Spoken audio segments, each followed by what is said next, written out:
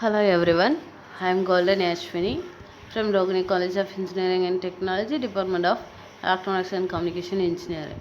Okay, in this video, we are going to see 8086 microprocessor signals, that means pin descriptions. So, on completion of this video, students will be able to explain what is 8086 microprocessor and its pin signals and how 8086 signals works. That means their functions.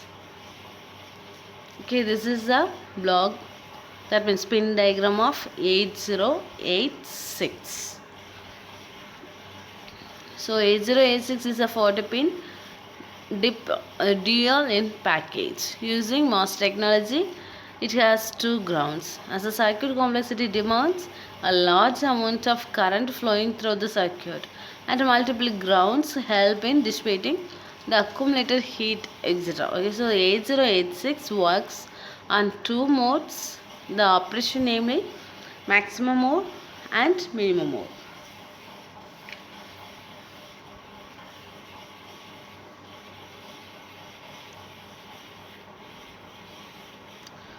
This is the power connections, that means ground and VCC have to connect there. Okay, so the 8086 can operate either in minimum mode or a maximum mode depending upon the status of the pin.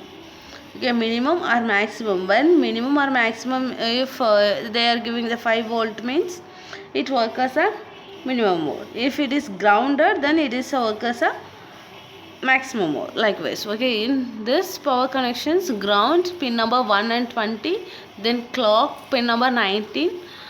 This clock provides a basic timing for the processor and bus controller. So it is asymmetric with the 33% duty cycle to provide optimized internal timing. So VCC, that is nothing but plus 5 volt power supply pin.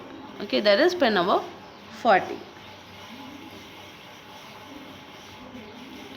First, okay, so address or data lines. Okay, that is denoted as AD. Okay, address or data. Okay, AD0 to AD15. Okay, so in this, these lines constitute a time multiplexed address or data bus. Okay, so these lines are low order address bus. They act as an address bus during the first clock cycle multiplexed. When AD lines, that means AD0 to AD15 lines are used to transmit memory input output address, the symbol A is used for AD. For example, A represents A15 to A0. When the data transmitted through the AD lines, the symbol D is used in the place of AD. If for example D represent, that means data and addresses represent using A or D. Likewise, okay, so D represent D7 to D0 or D15 to D8. Likewise, they will represent.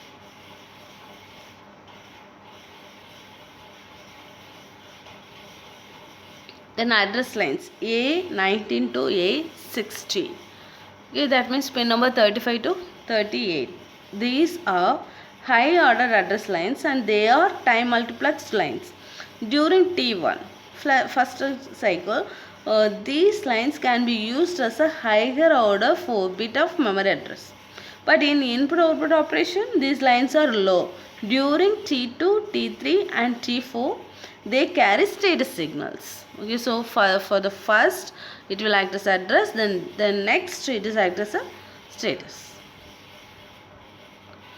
Okay, that's what represented in here. During T1, these are 4 most significant address lines for memory operations. During input output operation, these lines are low. During memory and input output operations, the status information is available on these lines during T2, TW is nothing but wait cycle, then T3 and T4. So for one complete mission cycle, it will start from T1 to T4, right? So the status of the interrupt enable flag bit S5 is updated at the beginning of each clock cycle. So A17 or S4 and A16 or S3 are encoded.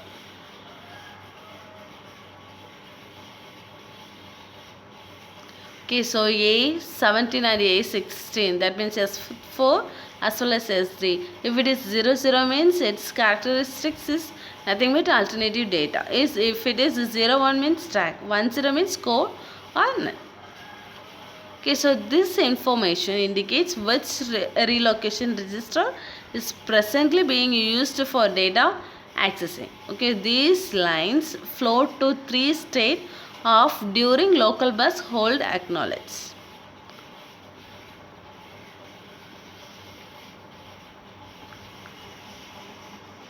So status pins S0 to S7 shown in the figure. That's pin number starts from 26 to 38.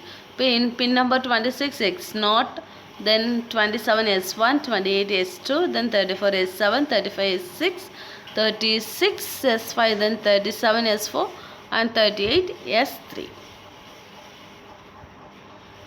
Okay, for the status details, for S2, S1, S0, that means if it is 0, 0, 0, 0 is nothing but if we are give it as a ground, or if we are giving the plus 5 volt likewise. Okay, 0, 0, 0 to 0 means it is a interrupt acknowledged. Then 0, 0, 1 means read input output port. Then 0, 1, 0 means write input output port. Then 0, 1, 1 halt. The function is halt. Then 1, 0, 0 means code access. 1, 0, 1 means read memory. Then 1, 1, 0 means write memory. And 1, 1, 1 means passive. For S4 and S3, for these are indicate 0, 0 means alternative data. 0, 1 means stack. 0, 1 means stack. 1, 0 means code or none. Okay, 1, 1 means data. We know that, right? 0, 0 means extra segment memory access. 0, 1 means stack segment memory access. 1, 0 means code segment memory access. 1, 1 means data segment memory access. Okay, then the next S5 means value of interrupt enable flag. S6 always low, logically indicating. Okay, 8086 is on the bus. If it is tries to return another bus, master has taken control of the system bus. Then S7, it is used by 8087 numeric processor to determine whether the CPU is 8086 or 8088. Then interrupt. In the previous video we studied about the interrupt, right? So that is NMI means non-maskable interrupt, INTR means interrupt. Okay, interrupt request. The pin numbers are 17 and 18. Okay, so interrupt request is nothing but it is a level trigger input which is sampled during the last clock cycle of each instruction to determine if the processor should enter into the interrupt vector lookup table located in the system memory. Okay, so it can be internally masked by software or resetting the interrupt enable bit.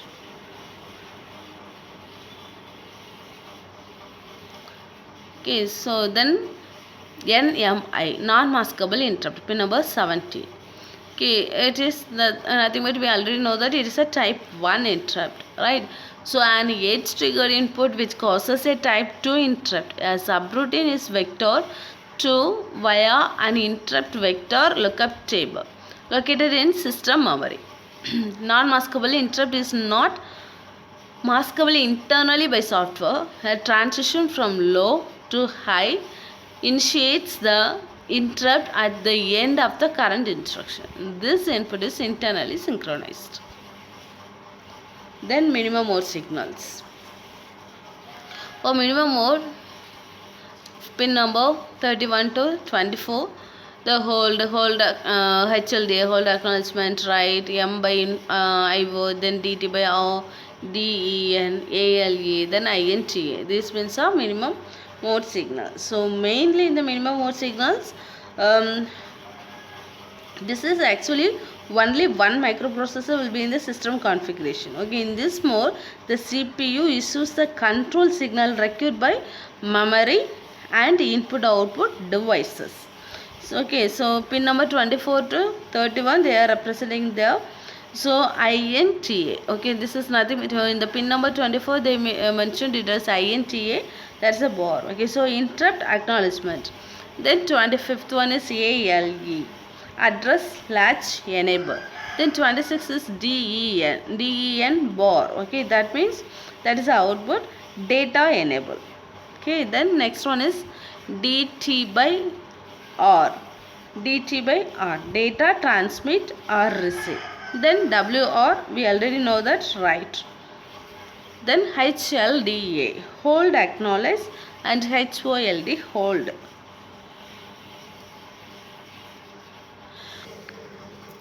Then maximum mode signal. So maximum mode means in MN bar, MX bar. Okay.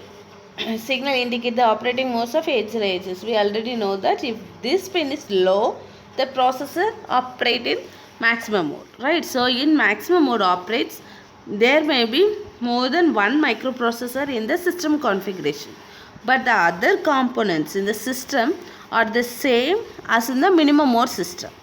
Okay, so in a maximum mode operation, control signals are received by the Intel 8288 bus controller, which is used in 8086 for this purpose. Okay, then the figure shows that pin number 24 to 31, it is a maximum mode signal QS1, QS0. Okay, that is output.